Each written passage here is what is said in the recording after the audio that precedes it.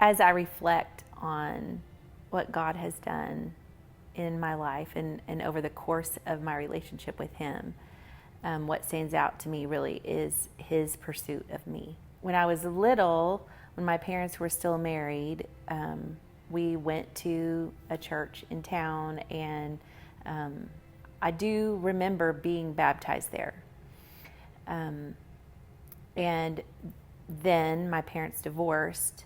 I was about 6 at that time, and my parents stopped going to church. So then when I hit high school, I just was very turned off by Christians, by the things of God. I thought it was foolish, and went off to college and just started partying.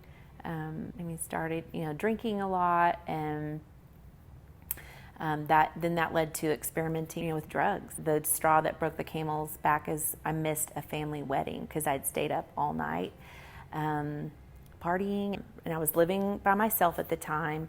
And I took a walk, and I remember thinking to myself, really praying for the first time in a really long time, God, if you're real, would you show yourself to me? And then He did. Basically, that party lifestyle completely stopped. At the time, I would not have said it was God, but it was, now I know, it was absolutely Him giving me the ability to just turn away from that. Fast forward, Travis and I get engaged, and we're visiting. We go to church with his family at the church he grew up in, and every time we would sing hymns, I would just weep, because I would just be encountering the truth of who God is. Okay, so we get married, and we are wanting to have a family. We're ready to get started right away, and I get pregnant, and then I lose that baby. We miscarry. But then being confronted with the reality that I can't keep a baby alive in my, I can't make conception happen. I can't, any of that. This one desire became a pretty consuming desire to be a mom, to have children. And there came that moment of God making it clear to me that I can't,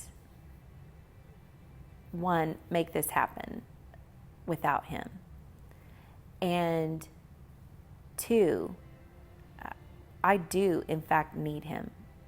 After that third attempt, I'm on my way home, and I'm just so sad, I'm just crying out to the Lord. I'm so mad that He won't give me a baby. I want a baby. I cried out to Him. I went to Him, and I got to the end of myself for the first time ever.